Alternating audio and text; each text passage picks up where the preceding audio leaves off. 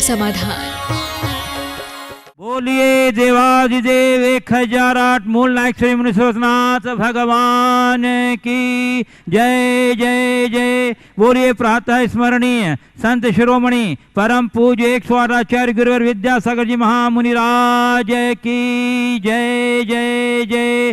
बोलिए गुणायतन प्रणेता संका समाधान प्रवर्तक भावना योग प्रवर्तक प्रखर वक्ता परम पूज्य 108 मुनिवर श्री प्रमाण सागर जी मुनिराज की जय जय जय। बोलिए परम पूज्य 108 मुनिवर श्री अरह सागर जी मुनिराज की जय जय जय।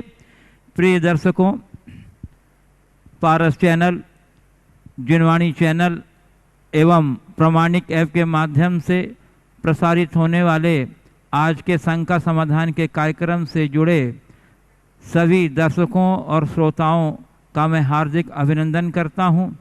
मैं आपको लिए चलूं शंका समाधान की ओर।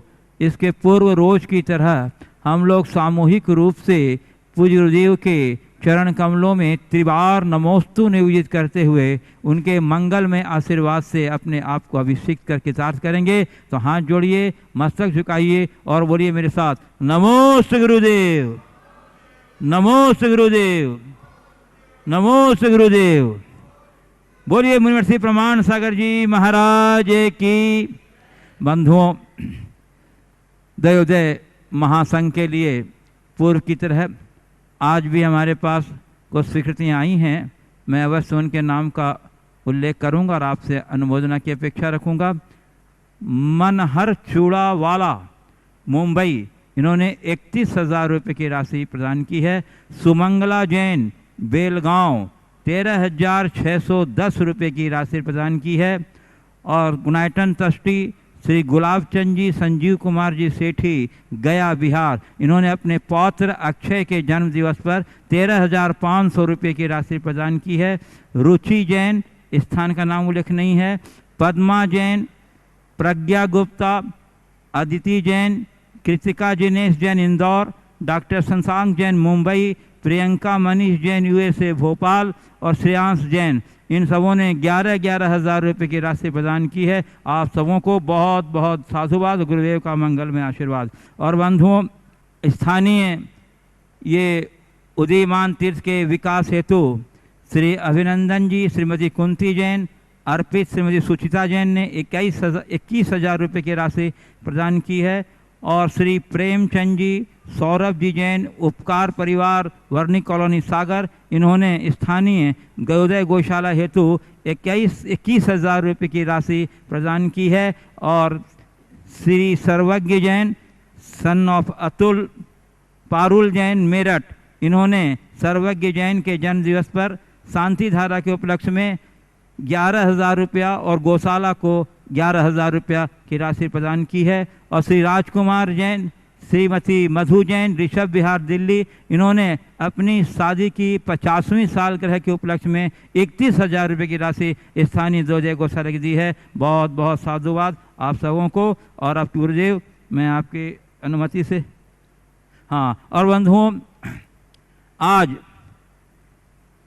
आमर्श जैन सुपुत्र श्री प्रवीण जी जैन कटनी, इनका जन्मदिन है। और इस जन्मदिन के उपलक्ष्य पर इन्होंने अपनी गुल्लक गौशाला के लिए देने का मन बनाया है। यहीं स्थानीय गौशाला के लिए वो आ रहे हैं अपनी गुल्लक लेकर के। आप तालियों से उनके उत्साहवर्धन कीजिएगा बंधु। पूरे लोगों के लिए ये बड़ा प्रेरक है। इस छोटे से बच्चे ने जो गुल्लक उसका सबसे प्यारा वस्तु होता है, वही उसको उन्हें ध्यान कर दिया।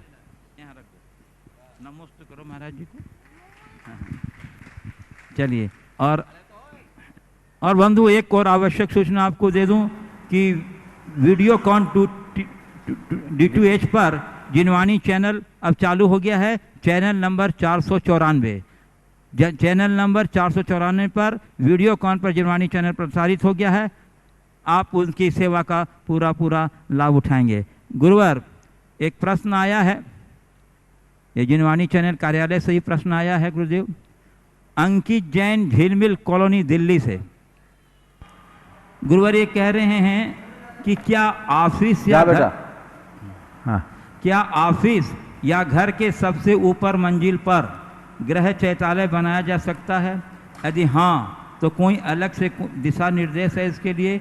इससे कोई अवनय तो नहीं मानी जाएगी? क्या ऑफिस में गृह चैतालय शुभ रहेगा? कोई बिजनेस पर या परिवार पर विपरीत प्रभाव तो नहीं पड़ता है? कृपया समाधान करें गुरुदेव। देखिए, गृह चैतालय का शास्त्रीय विधान है, बशर्ते हम उतनी शुद्धि की व्यवस्था कर सकें। 11 अंगुल तक की प्रतिमा गृह चैतालय में रख सकते हैं। कायदे से जिस भवन में चैतालय है उस भवन के आजू बाजू किसी भी प्रकार के अभक्ष्य पदार्थों का सेवन करने वाले नहीं होने चाहिए, अशुद्धियाँ नहीं होनी चाहिए। कई बड़े शहरों में मल्टीज होती है, अब स्थानाभाव के कारण उनको वहाँ अपना चैतालय बना के रहना पड़ता है। आगे पीछे के फ्लैट्स में या ऊपर नीचे की मंजिलों में मांसभक्षी लोग भी रहते हैं, तो ये थोड़ा सा अच्छा नहीं लगता। यदि आप पूर्ण शुद्धि का अनुपालन करने की स्थिति में है तो आप घर में या ऑफिस में कहीं भी चैतालय का निर्माण कर सकते हैं। अलग से उसका आवक जावक हो, रास्ता अलग हो और शुद्धता का पालन हो सके, इसमें कोई दोष नहीं है। पूज्य गुरुदेव, कटनी मध्य प्रदेश से आकांक्षा जैन कह रही हैं, गुरुदेव मेरी शंका यह है कि जो लोग पूरे जीवन धर्म में अपना समय व्यतीत करते हैं और अपने अंत समय में धर्म से विमुख हो जाते हैं, तो गुरुदेव हम ऐसा क्या करें कि हम जीवन के अंत तक धर्म से विमुख ना हो और हमारा समाधि मरण हो? देखिए, बहुत दुर्लभ है, अच्छे अच्छे योगियों के लिए भी ये दुर्लभ है। जीवन पर्यंत धर्म साधन करने वाले का भी कई बार अंत में परिणाम बिगड़ जाते हैं, अनुकूलता नहीं बन पाती। इसके लिए क्या करें? हर पल भावना भाव,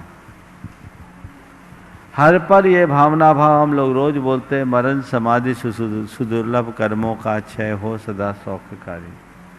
ये हमारी अंदर की भावना बन जाए, हे भगवान जब भी मेरे प्राण निकले तो समाधि पूर्वक निकले।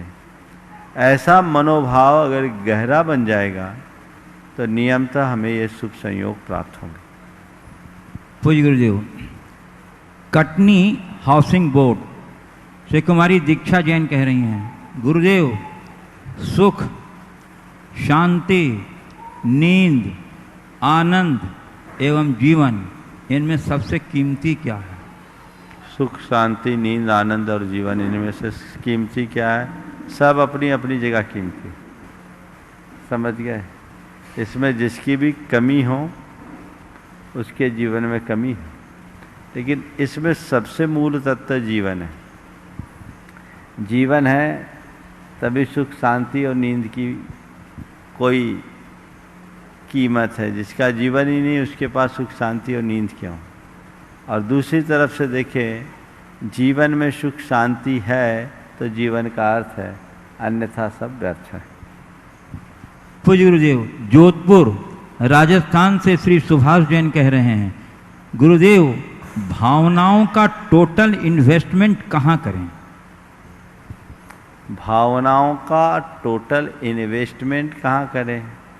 भावनाओं का इन्वेस्टमेंट अपने चित्त में ही करें, हमें बाहर इन्वेस्ट करने की ज़रूरत नहीं है। अपनी भावनाओं को अपने सबकॉन्शियस में इतना प्रगाढ़ बना दें कि वो हमारे चरित्र का अंग बन जाए। पूज्य गुरुदेव, अकोला महाराष्ट्र से रूपाली उनावने कह रही हैं, अगर हमने किसी तीर्थ पर जाने के लिए किसी चीज़ का त्याग किया हो लेकिन भगवान के सामने नहीं, अपने मन में नियम लिया हो और किसी परिस्थितिवश नहीं जा सकें, तो हमें क्या करना चाहिए? जब तक नहीं जाए तब तक त्याग निभाना चाहिए।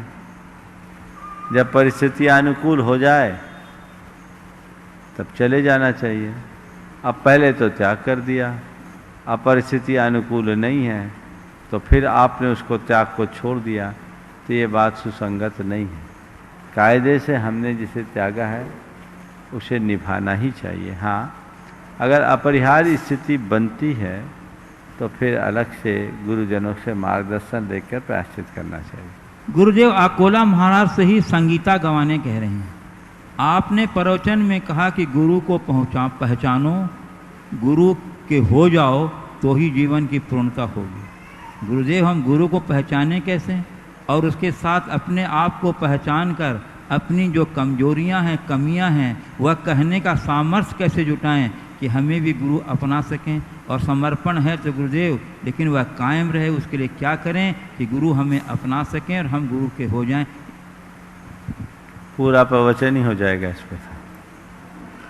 मैंने संकेतों में परसों के प्रवचन में इस संदर्भ में बात की थी और आज सुबह का प्रवचन भी इसी संदर्भ में था। आपने पूछा है गुरु को पहचाने कैसे। जिसमें गुरुत्व झलक जाए समझ लेना वो गुरु है। हमारे शास्त्रों में गुरु की पहचान में जो मूल बात कही है वो है विषयाशा वशातीतो निरारंभो परिग्रह ज्ञान ध्यान तपो रक्त तपस्वी स प्रशस्यते। जिसके अंदर विषय भोगों की कोई चाह ना हो, जो दुनियादारी के कार्यों से दूर रहे, जिसके पास धन पैसा और परिग्रह की कोई चाह ना हो, जो ज्ञान ध्यान और तप में निरत हो, वो गुरु है। ये गुरु का एक बाहरी स्वरूप है। इसके साथ जिसकी विचारधारा विशुद्धता आध्यात्मिक हो, वो गुरु होने लायक है। तो ऐसे गुरु को अगर हम अपना आदर्श बनाते हैं तो हमारा जीवन आगे बढ़ता है। अब एक बार गुरु को जानकर, अगर पहचान कर हमने गुरु की शरण पाई तो उनका अनुग्रह पाने का प्रयास करना चाहिए। उनका अनुग्रह तभी होगा जब हम उनके चरणों में जाकर बार बार निवेदन करें। कोई जरूरी नहीं कि बार बार के निवेदन से वे हम पर अनुग्रह कर ही दे, लेकिन बिना निवेदन के किसी के ऊपर अनुग्रह नहीं होता। आप निवेदन करें और फिर गुरु पर श्रद्धा और भरोसा रखते हुए अपने हृदय की बात कहें और जो भी गुण दोष है उनका निवारण करें, अपनी शुद्धि करें, जीवन को आगे बढ़ाएं। इन्होंने ये पूछा जो हम सामर्थ्य कैसे जुटाएं अपनी कमजोरियां गुरु के सामने। देखिए, अगर एक बार तुमने गुरु को गुरु मान लिया तो फिर साहस तो रखना ही पड़ेगा। ये नहीं सोचना चाहिए कि ये बात मैं अपने गुरु से कहूँ तो गुरु क्या सोचेंगे। अगर सच्चे गुरु होंगे तो शिष्य की बड़ी से बड़ी बात को भी वो बहुत सहजता से सुनेंगे और उसका मार्गदर्शन करके उसका उद्धार करेंगे। और एक बात आपको बताऊं, हमारे यहाँ गुरु के लक्षणों में, आचार्य के लक्षणों में एक गुण बता, अपरिश्रावी। शिष्य ने अपने हृदय की बात खोल दी, गुरु ने सुन लिया, लेकिन वो बात मजाल है कि दूसरे तक पहुंच सके।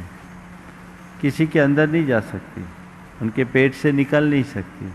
ये गुरु की विशेषता होती है। तो जिसके प्रति इतना भरोसा है कि जो उदार हैं, गंभीर हैं, हमारी त्रुटियों गलतियों को सुन करके हमें समाधान देंगे, उनके हम उपेक्षा के पात्र नहीं बनेंगे, वो गुरु हैं। उनके सामने जाकर अपना हृदय खोला जा सकता है, हर किसी के पास नहीं। और एक बार खोल लोगे तो मन हल्का होगा और आगे का रास्ता प्रशस्त होगा। पूज्य गुरुदेव, खंडवा मध्य प्रदेश से निर्मल जी वैद कह रहे हैं कि किसी घर में पहले खुशी, पहले खुशी, फिर गम और फिर खुशी एक ही दिन में घटित हुई, तो गुरुवर क्या इन तीनों घटनाओं का एक साथ एक ही परिवार में एक ही समय पर होने का कोई मुख्य संबंध है क्या? क्या इससे परिवार में आगे चलकर कोई समस्या उत्पन्न हो सकती है? अगर यह कोई मुख्य घटना है तो इसका निवारण क्या? किसी परिवार में एक ही दिन में एक ही साथ खुशी, फिर गम, फिर खुशी घटे, तो मैं तो कहता हूँ इससे अच्छा कोई संयोग नहीं, क्योंकि ये जीवन के यथार्थ का दर्पण है। जानो समझो जीवन के सारे जो भी सुख दुख हैं वो संयोगों के आश्रित है और संयोग हमारे हाथ में नहीं है। जैसा कर्म का संयोग होता है वैसा परिणाम निकलता है। तो हमें इन सब चीज़ों को देखते हुए हर पल सुख दुख में समता रखने का अभ्यास बनाना चाहिए। कब क्या घटना घट जाए कोई पता नहीं, किस पे हंसोगे किस पे रोओगे। मनुष्य अपने मनोनुकूल परिस्थितियों के निर्मित होने पर खुश होता है और जब उसके मन के प्रतिकूल चीज़ें होती हैं तो दुखी होता है। संत कहते हैं ओम, चाहे मनोनुकूल हो या प्रतिकूल, अपने मन को स्थिर रखने का अभ्यास करो और स्थिर रख कर के अपने जीवन को आगे बढ़ाओगे तभी जीवन का सच्चा आनंद ले पाओगे। क्योंकि जिनके आश्रय से हम अपने आप को सुखी और दुखी महसूस करते हैं वो हमारे हाथ में नहीं है, उसका नियंत्रण कर्मों पर है, संयोगों पर है। तो जो चीज़ें हमारे हाथ में नहीं है उसको लेकर के मैं परेशान हूँ तो अपने आप को दुखी करने के अतिरिक्त हमारे हाथ कुछ भी नहीं लगेगा। इसलिए हम अपने आप को सुखी बनाएं, इन सब से ऊपर उठें, इस बात को लेकर किसी भी प्रकार का बहम मन में न लाएं। ऐसा क्यों हुआ, इससे कुछ और गड़बड़ तो नहीं होने वाला। ये बहमी लोग कहेंगे, जो होना होगा सो होगा। संसार में सुख दुख तो लगे रहते हैं, ये तो जीवन के हिस्से हैं, घबराओ नहीं। बस यही मान के चलो, जो होना होगा वही होगा और जो होगा सही होगा। पूज्य गुरुदेव, सागर मध्य प्रदेश से कुमुद जैन मालगुजार कह रहे हैं, गुरुदेव अरहंत भगवान की दिव्य वाणी ओंकार स्वरूप है। वे समौह शरण में बैठे सभी जीवों को अपनी अपनी भाषा में समझ में आ जाती है, जो 18 महाभाषा और 700 लघु भाषा में है। तो गुरुदेव मेरी शंका है कि फिर समौह शरण में गणधर का क्या महत्व? देखिए, गणधर भगवान की वाणी के व्याख्याता होते हैं। भगवान की दिव्य ध्वनि खिरती है, लोग सुनकर आनंदित होते हैं, पर उसका हार्द गणधर खोलते हैं, वो उनके प्रोपाउंडर होते हैं, उसकी पूरी व्याख्या करते हैं। तो वो गणधर के माध्यम से ही हमें मिलती है और उसके बिना आनंद नहीं आता। गुरुदेव ने एक दिन बात कही, बहुत अच्छी बात की, कि किसी झरने के पास जाओ और सीधे अंजलि करो तो पानी पी पाओगे क्या? तेज झरना बह रहा है, तो उस झरने में जाकर के आपको प्यास बुझाना है तो नहीं बुझा सकते। झरने की प्राकृतिक सुषमा का आनंद आप जरूर ले सकते हैं, पर झरने का पानी पीने के लिए आपको कोई पात्र लेके जाना होगा। आपने पात्र लिया, झरने से जल भरा और आप पी लो। तो भगवान की वाणी झरने के भांति झरती है और गणधर उसको एक पात्र के रूप में हम लोगों को देते हैं, जो सीधे ग्राह्य हो जाती है। पूज्य गुरुदेव, कटनी मध्य प्रदेश से डॉक्टर विनय जैन कह रहे हैं, गुरुदेव मेरा प्रश्न यह है कि only God can do miracles, केवल ईश्वर ही चमत्कार कर सकता है। जैन धर्म इस कथन को किस दृष्टि से देखता है? Pure soul has got infinite power, knowledge and bliss. क्योंकि हम सभी की आत्मा इम्प्योर है, इसलिए हम चमत्कार करने की क्षमता नहीं रखते। ये मेरी ऐसी अवधारणा है, आपका समाधान चाहता हूँ। Only God can do miracles. देखिए, ये जो उक्ति जैन धर्म के अनुसार ये सही नहीं। जैन धर्म के अनुसार चमत्कार कोई नहीं करता, ये तो सब संयोगों के ऊपर निर्भर करता है। और भगवान तो कोई चमत्कार करते ही नहीं। भगवान ने तो अपने आप को चमत्कृत कर लिया, हो गया, वो करता नहीं है। वे केवल ज्ञाता और दृष्टा है, वो शुद्ध आत्मा है। किसी भी प्रकार का कर्तृत्व जब तक है तब तक जैन धर्म के अनुसार वहां भगवत्ता है ही नहीं।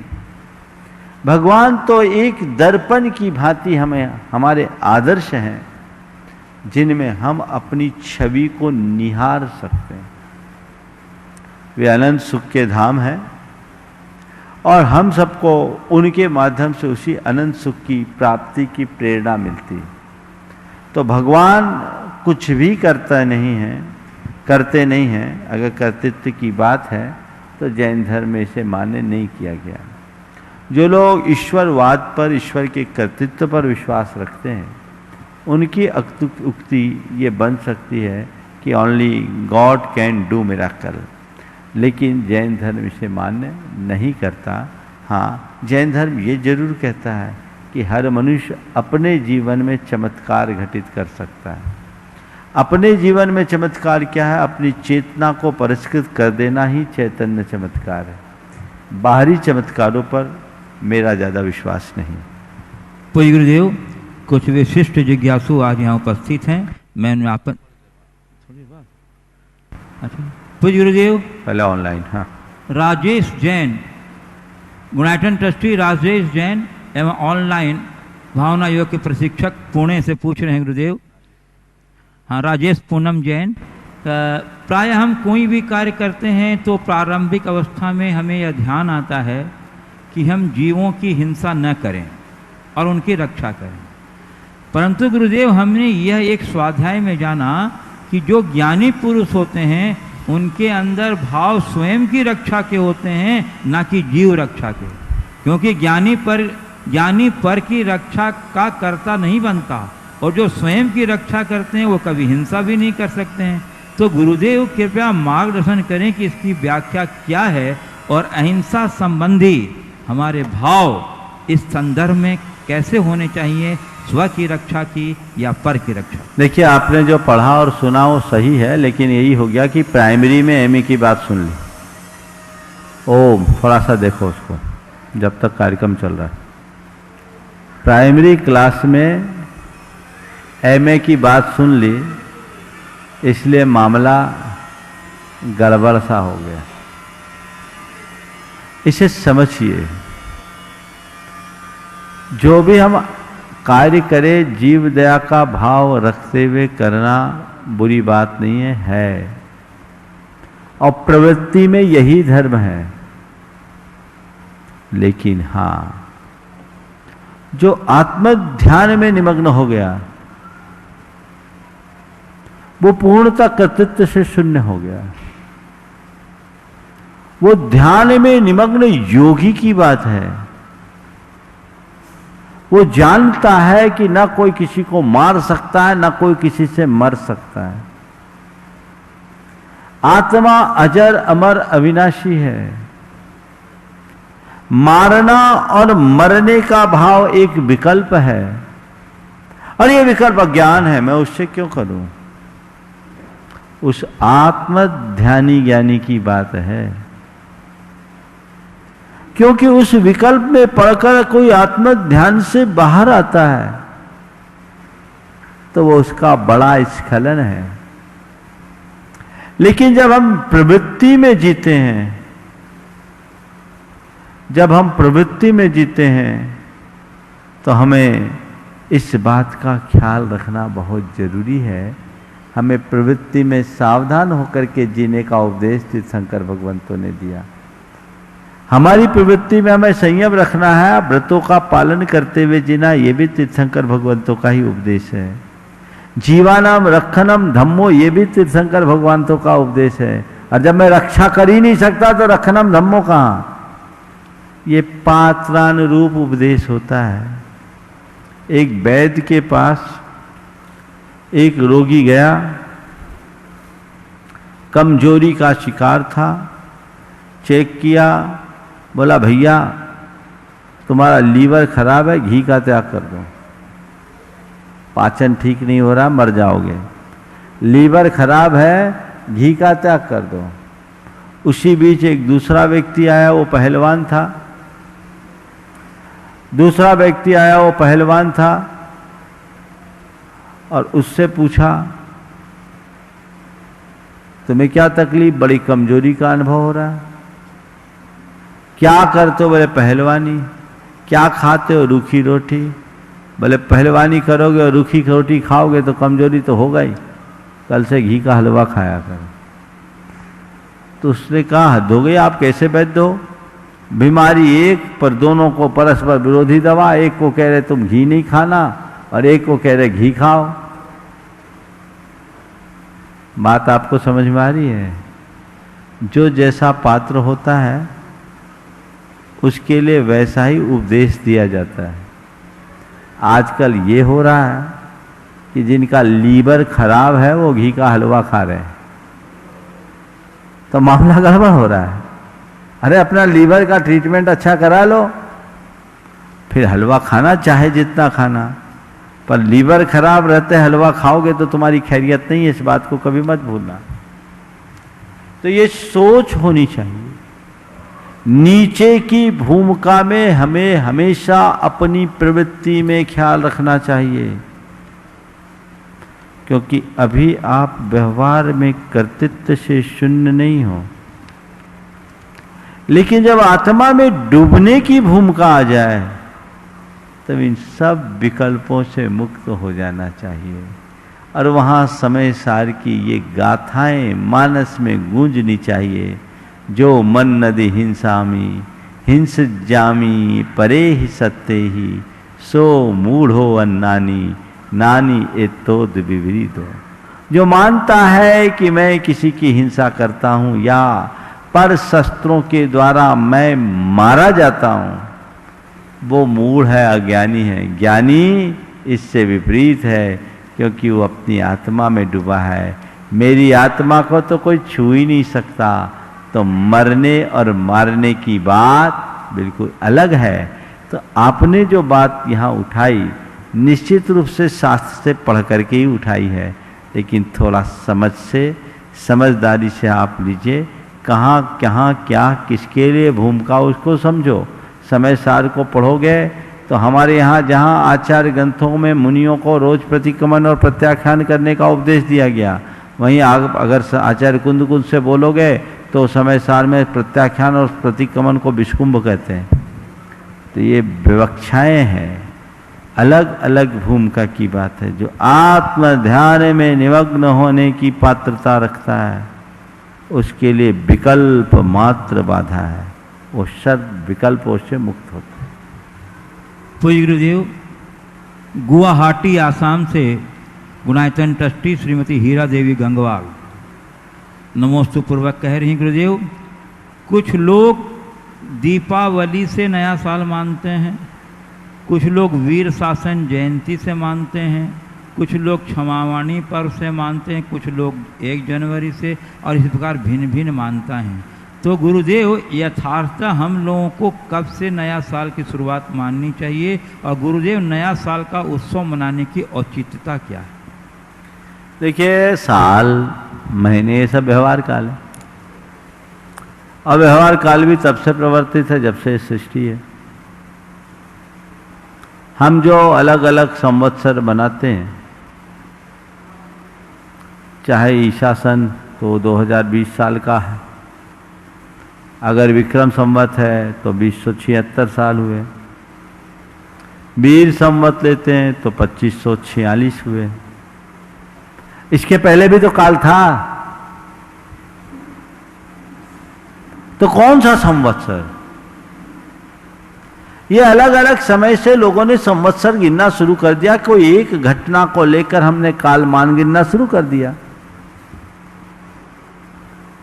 एक्चुअल में शास्त्र के हिसाब से संवत्सर अगर गिनते हैं तो श्रावण की प्रतिपदा से संवत्सर की शुरुआत होती है। कल का जो दिन था ना वीर शासन जयंती का, श्रावण की प्रतिपदा से संवत्सर की शुरुआत। क्यों? युग का आरंभ यहीं से होता है। जब कर्म भूमि का अंत होगा, पंचम काल के अंत के बाद वापस जब सुकाल आता है, तो श्रावण बदी एकम से 7 दिन की 7 सुवृष्टियां होती 49 दिन तक, और भादो सुदी पंचमी से फिर हम लोग पर्यूषण मनाते, ये 49 दिन उसी के हैं। तो हमारे संवत्सर की वास्तविक शुरुआत श्रावण बदी एकम से है। लेकिन अब ये मान्यताएं सबकी अलग अलग हो गई। हमने भगवान महावीर के निर्वाण से जोड़ दिया तो संवत्सर हम वहां मनाते हैं। संवत्सर को महावीर निर्वाण से लोगों ने जोड़ा, फिर विक्रमादित्य प्रसिद्ध हुए तो विक्रमादित्य से हुआ, एक शक संवत भी हुआ, और अब ईस्वी सन से लोग जोड़ लेते। तो ये व्यवहार काल की है, इसका धर्म से कोई संबंध नहीं है। हमें अपनी सांस्कृतिक पहचान को स्थिर रखते हुए अपना काम करना चाहिए। पूज्य गुरुदेव, इंदौर मध्य प्रदेश से साधना अजमेरा कह रही हैं, महाराज मेरा बेटा अमेरिका में रहता है, वहाँ का दिन यहाँ से 24 घंटे पीछे रहता है, तो हमें कोई भी त्यौहार या तिथि कैसे माननी चाहिए कि वहाँ पर कृपया समाधान करें। वहाँ के दिन के हिसाब से वहाँ का, अगर 12 घंटा है तो 12 घंटा पीछे, 24 घंटा है तो 24 घंटे पीछे, धूप घड़ी से चलना चाहिए। पूज्य गुरुदेव, गुनाइटन ट्रस्टी अंजू जैन गुरुग्राम से कह रहे हैं गुरुदेव कि हर व्यक्ति के जीवन में अक्सर बहुत सारे रास्ते होते हैं और वह सोचता है किधर जाऊं, क्या करूं, और इसी बात से वह परेशान रहता है। लेकिन गुरु के चरणों में निर्णय शक्ति समर्पित करने से यह दुविधा वैसे ही समाप्त हो जाती है। इसी तरह गुरुदेव मन असीम इच्छाओं के सागर में गोते लगाता है और अनंत संसार का बंध करता है, पर गुरु के चरणों में इच्छा शक्ति समर्पित करने से इच्छाएं सिमट जाती हैं और समर्पण शक्ति अर्पित करने से जीवन में बहुत सारे विकल्प स्वतः ही समाप्त हो जाते हैं। तो गुरुवर मार्गदर्शन दीजिए जिससे हम जीवन में तीनों शक्तियां गुरु चरणों में अर्पित करके जीवन को सुखमय और निराकुल बना सकें। अब मार्गदर्शन की जरूरत नहीं है, मार्ग पर चलने की जरूरत। मार्गदर्शन तो दिया जा चुका, आपने समझ भी लिया, उसे आत्मसात करने की जरूरत है। निर्विकल्प होने का यही एक मार्ग। पूज्य गुरुदेव, अजमेर राजस्थान से श्री प्रकाश जी पाटनी कह रहे हैं, गुरुदेव एकलव्य ने दूर रहकर भी गुरु ज्ञान प्राप्त कर लिया, परंतु कौरव गुरु द्रोणाचार्य के निकट रहकर भी ज्ञान प्राप्त नहीं कर सके। गुरुदेव, यह इतिहास की बात है। वर्तमान समय में एकलव्य जैसी एकाग्रता, समर्पण, शांत वृत्ति, लक्ष्य प्राप्त करने की लालसा गुरु से दूर रहकर कैसे संभव है? गुरु चरणों के स्पर्श से एक नई ऊर्जा मिलती है। इलेक्ट्रॉनिक मीडिया के माध्यम से नज़दीकियां तो महसूस होती हैं, मगर न ऊर्जा मिलती है न मन को शांति जो आवश्यक है। मगर समय प्रतिकूल हो तो ऐसे समय में गुरुदेव वंदना कैसे करें, कृपया समाधान करें। देखिए, एकलव्य व्यक्ति का नाम नहीं, निष्ठा का नाम। अगर आज भी व्यक्ति के हृदय में एकलव्य जैसी निष्ठा हो जाए तो द्रोणाचार्य के अभाव में भी वह उनकी उपस्थिति का एहसास कर सकता है। पूछ मत आराध्य कैसा, जबकि पूजा भाव उमड़े। पूछ मत आराध्य कैसा, जबकि पूजा भाव उमड़े। मृत्तिका के पिंड से कह दे कि तू भगवान बन जा। हमारे अंदर वो श्रद्धा होनी चाहिए। एकलव्य के हृदय में श्रद्धा थी, समर्पण था। द्रोणाचार्य के द्वारा लौटा देने के बाद भी भले द्रोणाचार्य ने लौटा दिया, पर उसने तो अपने हृदय में उन्हें बसा लिया था। और एक मिट्टी की मूर्ति गढ़कर उसने वो पाया जो कौरवों ने प्रत्यक्ष में भी नहीं पाया। आज की इस विषम स्थिति में बहुत सारे लोग एकलव्य बने हैं। मेरे संपर्क में ऐसे अनेक लोग अपने संदेशों के माध्यम से आए हैं जिन्होंने आज तक दर्शन नहीं किया। उनमें कुछ विदेशों में भी हैं, पर पिछले अनेक वर्षों से अपने जीवन में आमूलचूल परिवर्तन कर दिया। दूर बैठ करके भी किया जा सकता है।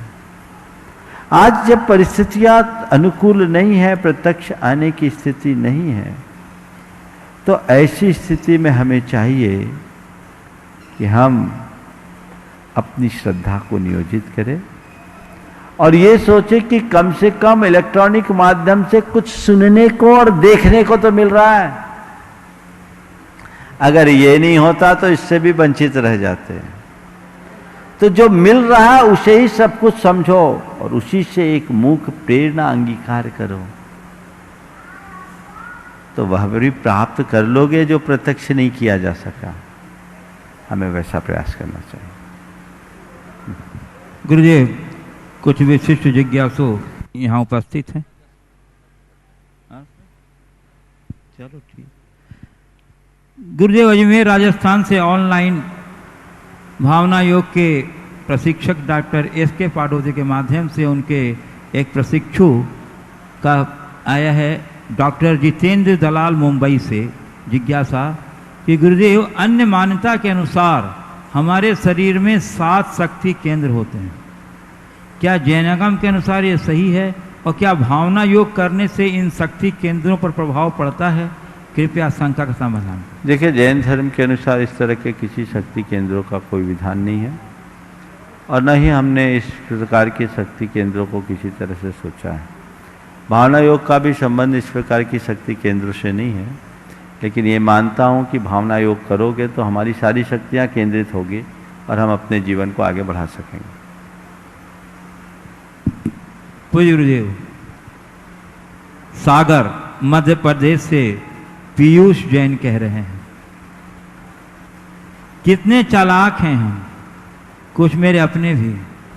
तोहफे में घड़ी तो दी मगर कभी वक्त नहीं दिया। तो महाराज जी, हम ऐसा क्या करें कि हमारे परिवार वाले हमें तोहफा भी दें और वक्त भी दें और साथ में बैठकर हमसे बात भी करें तो जीवन का कुछ आनंद ले सकें। कितने चालाक हैं हम। हमारे कुछ मित्रों ने तोहफे तो दिए, तोहफे में घड़ी तो दिया पर वक्त नहीं दिया। मैं इसे थोड़ी दूसरी तरीके से देखता हूँ। आपने एक पूछा है कि ऐसा क्या करें कि लोग हमें तोहफे भी दें और वक्त भी दें। मेरी राय में ये नज़रिया थोड़ा ठीक नहीं है। अगर किसी ने तुम्हें वक्त दिया है, वक्त नहीं दे सका, तोहफा दिया है, तो भी तुम्हें उसे इस अर्थ में धन्यवाद देना चाहिए कि कम से कम में याद तो किया, तोहफा तो दिया। लोग तो ये भी नहीं कर पाते, लोग तो ये भी नहीं कर पाते। हाँ, उसके तोहफे को हृदय से स्वीकार करो तो हो सकता है कल तुम्हारे प्रेम से आकर्षित होकर वो तुम्हें वक्त भी देने लगे। और यदि ऐसा नहीं होता तो उसने वक्त दिया इसकी शिकायत बंद करके जिसने तुम्हें तोहफा दिया उसे तुम वक्त देना शुरू कर दो। स्थितियां अपने आप अनुकूल बन जाएगी और सब ठीक होगा। पूज्य गुरुदेव, कुछ विशिष्ट जिज्ञासु यहाँ बैठे हैं, उन्हें प्रथम मैं आमंत्रित कर रहा हूँ सीए ऋचा जैन कटनी को। तब तक एक प्रश्न और तब तक गुरुदेव श्रीमती संध्या जैन। नमोस्तु महाराज श्री। महाराज श्री, हम बचपन से चत्तारी दंडक पढ़ते हैं, उसमें आता है चत्तारी मंगलम, अरिहंत सिद्ध साधु और धर्म मंगल, और वहीं एक तरफ भावना मंगल भावना में आता है गुरु हो मंगल, प्रभु हो मंगल, धर्म सुमंगल हो। महाराज जी, जब ये लाइन आती तो इसका क्या अर्थ निकाले, क्या अच्छा। भाव रखें? नहीं, गुरु हो मंगल, प्रभु हो मंगल, धर्म सुमंगल हो। और चत्तारी मंगल में हमने प्रभु को पहले कहा, आपका प्रश्न लाजमी है, पर यहाँ गुरु और प्रभु का जो क्रम है वो किसी की वरीयता की दृष्टि से नहीं है, ये केवल कविता की सुगमता की दृष्टि से है। संयुक्त वर्ण के अक्षर से वाक्य की शुरुआत में लालित्य कम होता है, इसलिए गुरु के बाद प्रभु ठीक है, प्रभु हो मंगल, गुरु हो मंगल कहने में व्यंजना में शक्ति लगती है, और गुरु हो मंगल, प्रभु हो मंगल कहने में आशा नहीं होती। इस दृष्टि से किया। इसका आशय ये मत समझ लेना कि गुरु का स्थान प्रभु से हमने कुछ ज़्यादा आंक दिया। गुरुदेव एक इनका बात और कि जैसे ये मंगल स्वरूप तो है ही, भगवान, प्रभु, गुरु, लेकिन फिर पंक्तियों में आता है गुरु हो मंगल, प्रभु हो मंगल। गुरु मेरे लिए मंगल हो, प्रभु मेरे लिए मंगल हो। गुरु का मंगल नहीं बोल रहे, किसी ने गा दिया, वो गलत गाया, ठीक है ना। हाँ, चलिए, श्रीमती संध्या जैन, गुणायतन ट्रस्टी, उपकार एजेंसी, वर्णी कॉलोनी, सागर। नमोस्तु गुरुदेव, नमोस्तु गुरु, मेरे आराध्य गुरु प्रमाण सागर जी की जय। महाराज श्री, मैं ये पूछना चाहती हूँ कि सहधर्मित्व का क्या है? एक दंपत्ति के संदर्भ में इसकी सीमाएं और विस्तार क्या है? सहधर्मिणी का अर्थ क्या है? एक दंपति की अपेक्षा इसकी सीमा और विस्तार क्या? अभी इस उम्र में सुनना चाहिए, अब तो पार लग गया। सहधर्मिणी कौन? जो पति को धर्म के मार्ग में लगाए और साथ साथ चले, अथवा पति का साथ देना ही जो अपना धर्म बना ले। समझ गए ना? पति का जो साथ दे वही सहधर्मिणी का धर्म है। आपके संदर्भ में बोल रहा हूं, समझ गए ना? तो साथ देना चाहिए, अपने पीछे किसी का रास्ता नहीं रोकना चाहिए। समझ गए? तो सहधर्मिणी वही है जो धर्म से खुद ओतप्रोत हो और पति को धर्म मार्ग में आगे लगाए, और पति अगर धर्म मार्ग में आगे बढ़ रहा है तो हर्षित होकर और आ गया। अरहंत पायल जैन, कटनी।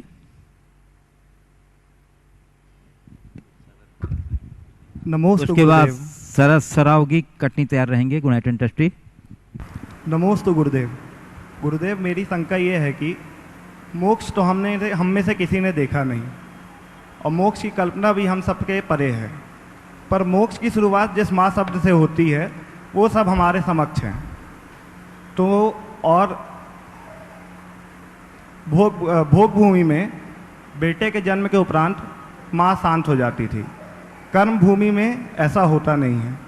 तो महाराज श्री, ये मैं पूछना चाहता हूँ कि गुरु के बाद क्या माँ ही वो है जो हमें मोक्ष मार्ग पे चलने की राह दिखाती है?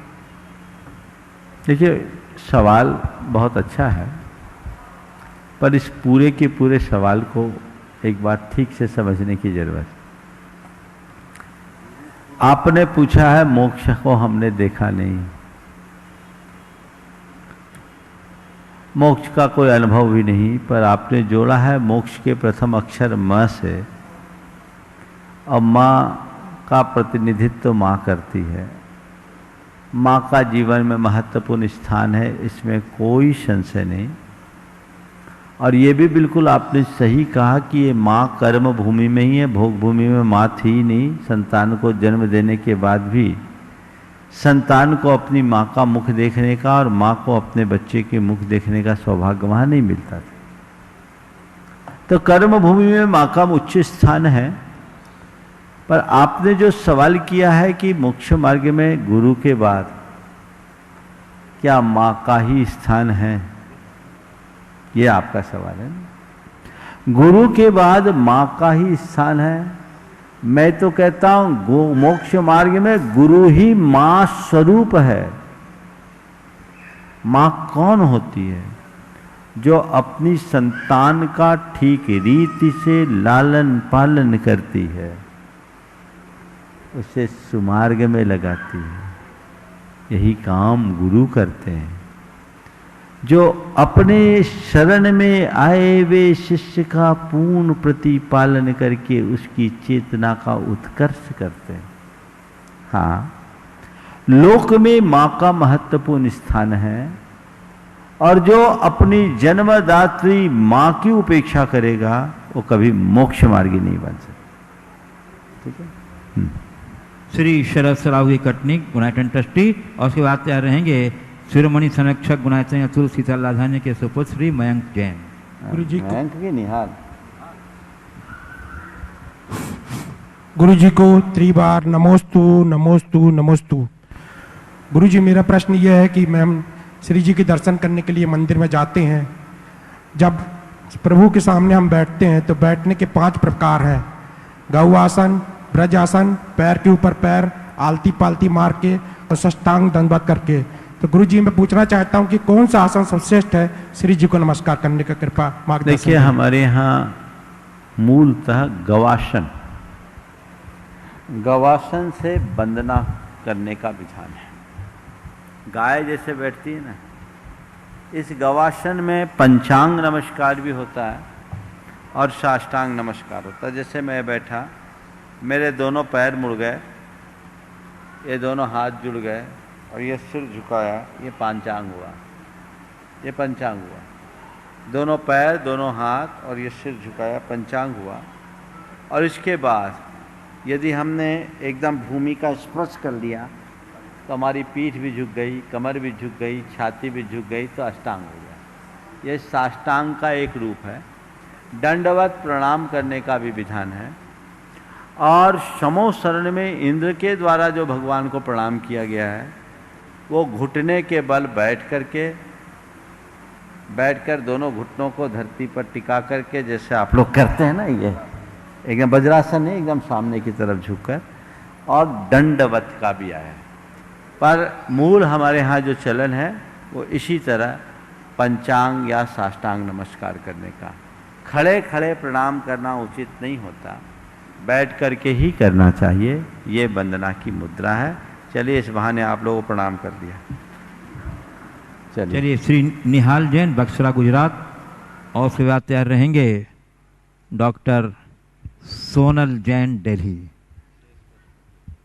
गुरुदेव के चरणों में मेरा बारंबार नमोस्तु नमोस्तु नमोस्तु। गुरुदेव, मैं ये जानना चाहता हूँ कि हमारे जैन धर्म की सबसे प्राचीन प्रतिमा कहाँ पर है, किस जगह पर है और कौन से भगवान की है? देखो, जितना मुझे जानकारी में है, अभी जैन धर्म की सबसे प्राचीन उपलब्ध प्रतिमाओं में मथुरा के कंकाली टीला से कुषाण कालीन प्रतिमा अरहनाथ भगवान की निकली है, जो संभवतः लखनऊ के संग्रहालय में है। ये भारत में सबसे प्राचीनतम प्रतिमा के अवशेष के रूप में है, जो सांगोपांग है।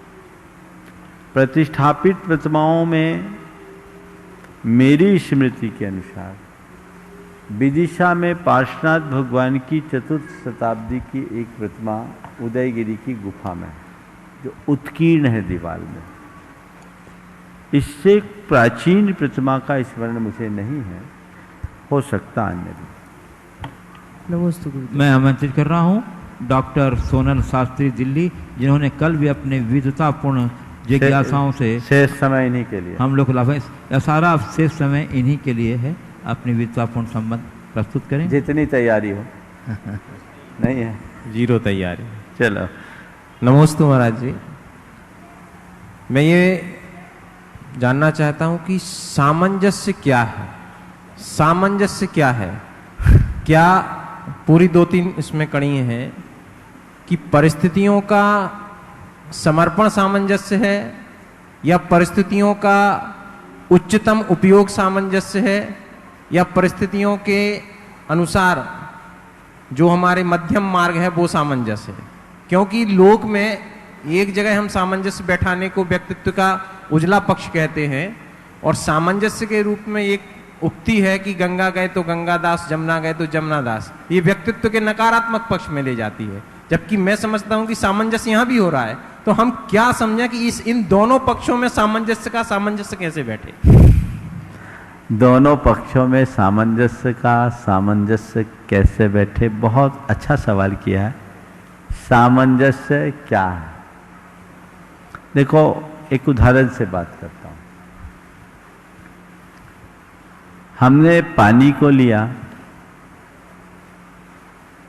लोटे में डाला, लोटे में समा गया, जग में डाला, जग में समा गया, और बाल्टी में डाला, बाल्टी में समा गया। ये सामंजस्य का रूप है। सामंजस्य का मतलब अपनी मौलिक स्थिरता को बनाए रखते हुए परिस्थितियों के साथ तालमेल बनाना। गंगा गए गंगादास, जमुना गए जमुनादास, ये सामंजस्य नहीं है। ये तो अपने स्वरूप को ही खंडित कर देना है। हमें ये होना चाहिए, योगे वियोगे भुवने वनेवा, जहां जाओ वहां रमो, जैसी स्थिति हो उस अनुरूप अपने आप को ढाल लो। ये सामंजस्य है। आपने 3 बातें कही थी। क्या बोला था? परिस्थितियों के समक्ष समर्पण, या परिस्थितियों का उच्चतम उपयोग अथवा मध्यम मार्ग। परिस्थितियों के साथ समर्पण, परिस्थितियों का उच्चतम उपयोग या मध्यम मार्ग। मैं तीनों से हटकर कहूंगा, परिस्थितियों के साथ तालमेल बिठाना ही सामंजस्य है। परिस्थितियों का उच्चतम उपयोग तो मौका परिस्थिति भी हो सकती है। तालमेल बनाना सामंजस्य है। देखिए, सामंजस्य किसको बोलते हैं? सितार आपने देखा, सितार में 7 तार होते हैं। 7 तार अलग अलग हैं, पर जब भी उनमें उंगलियां चलाई जाती है तो स्वर सबका समवेत होता है। इसी का नाम सामंजस्य है। अलग रहकर के भी हम औरों के साथ रह सके, इसका नाम सामंजस्य है। अपनी अस्मिता को कायम रखते हुए भी हम तालमेल बना सके, इसका नाम सामंजस्य है। मन को पानी की भांति बना देना सामंजस्य है। जग में भी है पानी, लोटा में भी है पानी, पानी का स्वरूप वही है, आकार बदला। तो ऐसा तालमेल बनाकर जब हम सामंजस्य बिठालते हैं तो सामंजस्य बन जाता है। एक निजी प्रश्न पर जा रहा हूं कि महाराज से मेरे साथ अजीब संयोग है कि जिस दिन से स्कूल जाना शुरू किया है आज तक बंद नहीं हुआ है। उन गिने चुने में अब लोग पूछते हैं कि आप जब पढ़ते थे और आज पढ़ाते हैं तो क्या बदला? मैं कहा ज़्यादा कुछ नहीं बदला, दोनों परिस्थितियां एक सी हैं। जब पढ़ते थे तब भी कक्षा में पहले जाते थे और आज पढ़ाते हैं तब भी पहले जाना पड़ता है। बहुत सुंदर। तो अब मैं यहाँ से कर रहा हूँ कि आज स्थितियां बदल गई हैं और विषय ऐसा है कि विद्यार्थी पढ़ने के प्रति जिज्ञासु नहीं है, तो क्या हम कर्तव्य विमुख हो जाएं, पढ़ाना छोड़ दें? परिस्थितियां, ना उनको हम दंड दे सकते हैं, ना हम कर्कश वचन बोल सकते हैं, किसी प्रकार के दंडात्मक डांट भी नहीं सकते हैं, और बच्चा पढ़ नहीं रहा है। तो हमें ये लगता है कि हम अपने शिक्षकत्व का निर्वाह नहीं कर पा रहे हैं। तो ऐसी स्थिति में क्या करें? देखो, मैं अपने अनुभव से तुम्हारे सवाल का जवाब देता हूँ। हम जब स्कूल में पढ़ते थे तो उसमें ठुकाई पिटाई बहुत होती थी। अब कुछ नहीं होता राजी। सुनो तो, पर हमारे एक शिक्षक ऐसे थे जो कभी किसी को एक चांटा भी नहीं मारते। और स्थिति ये थी कि जितने शिक्षक ठुकाई पिटाई करते थे ना, उनकी क्लास से बच्चे बंक मारते थे, पीठ पीछे उनको गालियां देते थे। और जो ठुकाई पिटाई नहीं करते थे, उनकी वाणी में इतनी मिठास और प्रेम होता था, एक भी बच्चा उनकी क्लास से बाहर नहीं, और वो जो बोलते थे सीधे अंतर उतरता था। तो सबके दिमाग में चढ़ जाता था।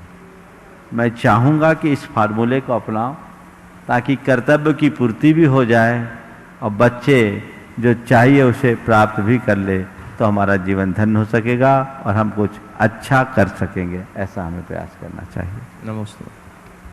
पूज्य गुरुदेव, खुशबू जैन सुभाष चौक कटनी से पूछ रही हैं, गुरुदेव उनकी परवाह नहीं करनी चाहिए जिनका विश्वास वक्त के साथ बदल जाए, पर महाराज जी अगर वक्त बदल जाए तब भी विश्वास बना रहे, उसके लिए क्या करें? वक्त बदलने के बाद भी विश्वास बना रहे उसके लिए क्या करें? अटल विश्वास रखो।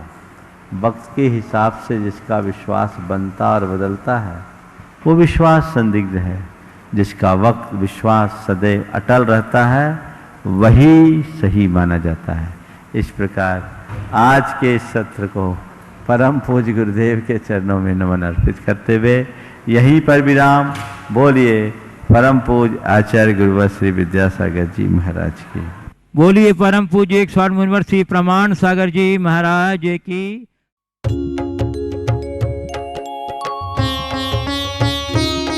शंका समाधान।